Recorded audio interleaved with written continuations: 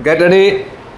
Start. Sir, before the house adjourned for lunch yesterday, I had started speaking on the Essential Commodities Amendment Bill. I have got here with me the bill as introduced. In the statement of objects and reasons, the government pointed out that in certain cases it might be necessary for them not to award punishment prescribed in the law as it exists at present, but to forfeit a part of the deposit. This relates to minor offences under the Essential Commodities Act. I can quite understand this, and generally therefore nobody would oppose this thing, but the question that I wish to raise in this connection before the House is the manner in which this act is being implemented by the government and also by the state governments. I mention the state governments because here is a measure which is sponsored by the Ministry of Food and Agriculture, and in regard to many aspects of which I believe the central government has concurrent jurisdiction, but much is left to the states. Our experience has been, especially in the state from which I come, namely West Bengal, that this act is not implemented properly by the state authorities because of various connections of certain people high up with the big business and others indulging in speculation, hoarding and so on. The result has been that whatever should be done had not been done.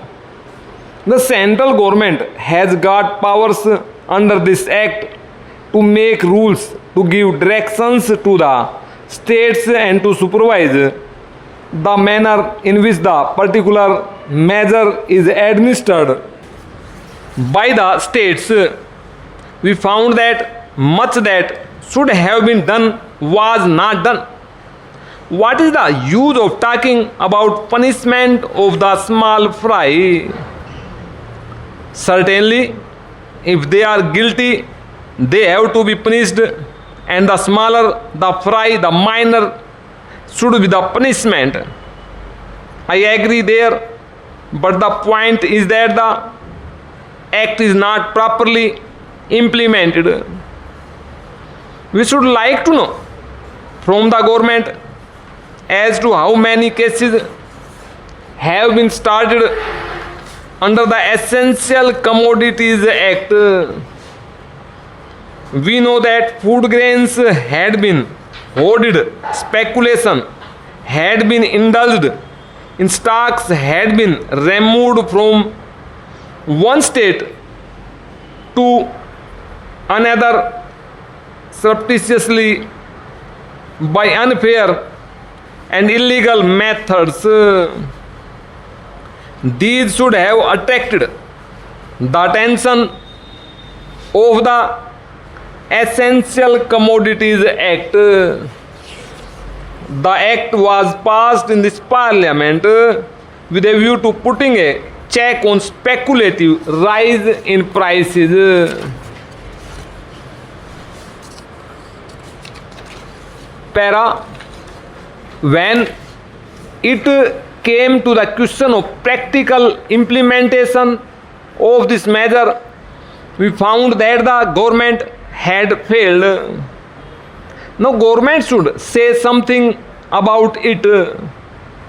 When government seeks to amend an act, it should tell us as to how the parent act which is proposed to be amended has been implemented? Is it the contention of the government that difficulty arises because this particular provision is not there in the act? Are government in trouble because they do not know how to deal with the smaller fries? Or is it because that those who are supposed to administer this measure at the state level, at the district level, have thought it fit to ignore it, have thought it fit to bypass it? If any measure of the central government was needed for controlling the price of food grains and ensuring the supply of essential commodities to the community, it is the Essential Commodities Act. I would like the minister to say something on this. I know that he was not here at the time when we passed this measure, nor was he there when the Essential Commodities Act was passed by many state governments. In the past, we had drawn the attention of the minister to this problem, and that minister is now happily going to be the president or the Uttar Pradesh Congress Committee.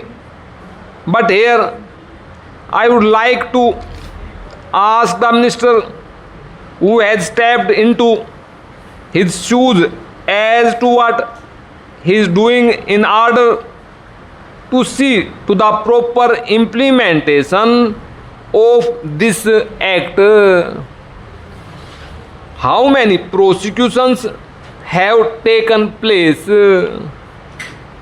The small people, of course, should be dealt with very mildly. I agree and I support the measure, but taking the law as it is today without this amendment, it empowers government to deal very effectively so far as the provisions of the law go with the big traders, wholesalers and profiteers. I would like to know as to how they have dealt with them. How many are in jail today? How many have paid fine? How many have suffered imprisonment? How many licenses have been cancelled as a result of malpractices, corruption, profiteering and so on, all of which are provided for under this bill? We are entitled to know. Take us into your confidence in this regard to this matter. I say from whatever knowledge we have that very few have been prosecuted under this act. If it is so, it is not because our black market trade has suddenly become white market trade, or those impious people have suddenly become virtuous with the succession in the office of the food minister by a new man.